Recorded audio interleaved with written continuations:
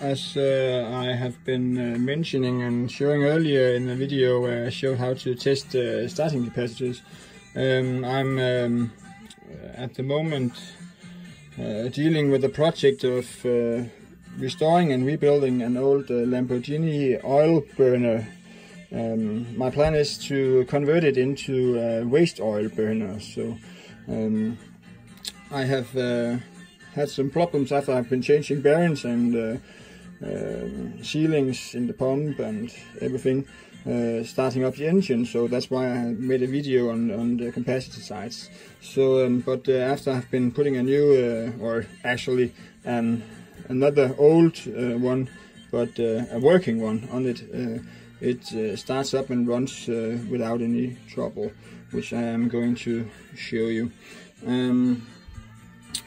This is the one half of the wiring in the oil burner, and I'm using that as a testing platform for testing the different components in this burner. This is one component, as you might have guessed, and that is actually it is two, because it's the blower engine combined with the high pressure pump. But enough about that. The testing I'm doing now is to the different components, as mentioned, of the whole thing making up this burner. I'm just testing it out. I will be showing you that it's working in a moment. But you can see here it is the igniter, which I'm also going to test to make sure everything's working before I put it together. Yeah. But I have been setting this up so you can see there's different terminals down here, and you have to have it correctly wired so that the neutral or the zero or whatever you want to call it is plugged the correct place in here, and the power itself, or the phase, or whatever you want to call it, we call it the phase in Denmark, is wired correctly up. Here you can see it is actually all the zeros, or the blue wires, if you want to put it that way, is connected almost same place. Here we have the normal inlet. It's connected here to the thermostat controlling the burner. So where the power comes in, it's up here, and then it's going to this relay box, which is plugged in to this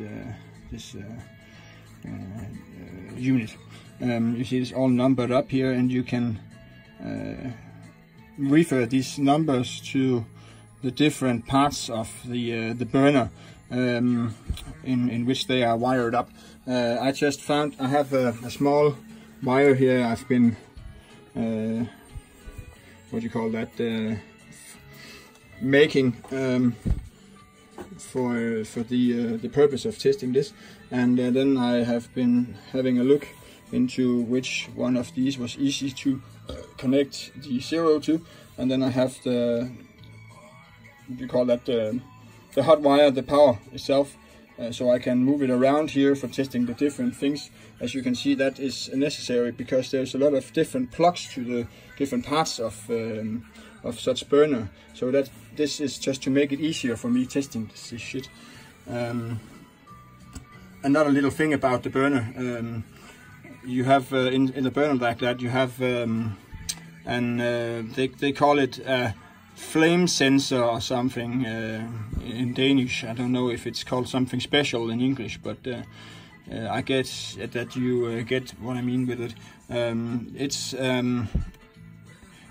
It's a sensor used for having an opportunity for the controlling circuit to see if there is a flame going on and shit, or to have a look at if there is some outside flames, if something's burning inside the stove before the burner starts up, it will cut it out and not start it. So That's what it's used for. Yes, you can see here. I know this. I have been testing it. I know this is defective, so I have to exchange it. But which leads to what I'm going to tell you. This, you can see, it's a unit here with some rubber here. It plugs directly in, lovely and smooth without any trouble. And just wire it in the box, and you are gone for another heating circuit. But this complete thing, which I have been telling you here is damaged on my specific burner, is bought like this, a complete unit. It costs in Denmark around, it's 350 Danish kroners, which is I guess around 50 quid or something. That's quite a lot, rather expensive actually for what it actually is. See, have a look here. There's some clear plastic out here for the resistor in here to look out from and to seal it up and stuff. Here you can see what's in there. See, it's a single component in there. This component is an I think it is called LDR. It is a resistor that has different resistance by the means of how much light is getting to it. If you like this and it's dark, it will have a different reading on your meter than if you do this, and then they have special values stating on them somewhere. But in general, it's a very simple, very cheap component. I guess it's 1-2 Danish kroners or half a dollar or something, so you can buy that at a dollar shop.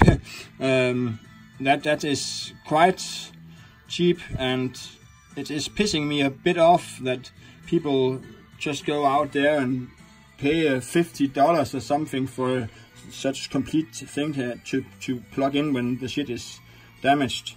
If this plastic out here is not corrupted or fucked up or anything, I don't see how the fuck you can what you call that, justify that paying so much money for a thing that only cost a couple of kroners. That's totally crazy. So this I will be taking out and exchanging so it can get to work again. But I will show you how to do that in another video. It was just a side info. So let's have a look at this complete engine built with pump, and it should be running fine now after I've been changing the starting capacitor on it. And I have been making this wire, as I told you, for easy testing purposes. One thing I would just show, I've figured that it might be a good thing to show. This wire here is from I think it's an old lamp or something I had laying around. I've been taking it from, and for the purpose of using it in this kind of application, you must know which one is which one in your wall socket. That means you have to know which is the hot wire and which one is the zero or the neutral wire. I have marked that up on my wall socket. I have on my working table here with all my garbage on it. Yeah, I'm doing a lot of stuff. So, and when I'm finished with it, I throw it to one side and get to next project because I don't have that much time. So, but fuck it. What I'm going to show here, you see, actually it's marked here by a D in one side and the N in the other side. That should mean, and now I say should because I'm going to tell you something and show you something that is completely stupid. you should be able to rely on the N here, and then just, as you can see, I have been marking up here which is which on my plug here, and I should be able to just take this and plug it the N way and the other one the other way. But no. This is actually marked totally wrong, because if you have a multimeter here, as you can see I have, and connect it to this one end here, and then go here and connect it to the blue wire, which should, in almost any application I have been dealing with, at least in Denmark, it should be the neutral. The blue wire should be the neutral, or the zero, and neutral is of course in. That's logical. This one should be this one, but it isn't. It's actually the other way around. This one over here is where it says D is the blue one, and the N is the brown one. So that's totally crazy. So just don't rely on what it says on here. You cannot rely on that. Normally you can, but in this case you cannot. So I think actually this wire came from a cheap Chinese lamp or something. So these Chinese motherfuckers, they have rather small eyes. Maybe that's why they can't see what the fuck they are doing when they produce things. So yeah, let's plug it into the wall socket and see if the engine runs as it's supposed to. I think it does.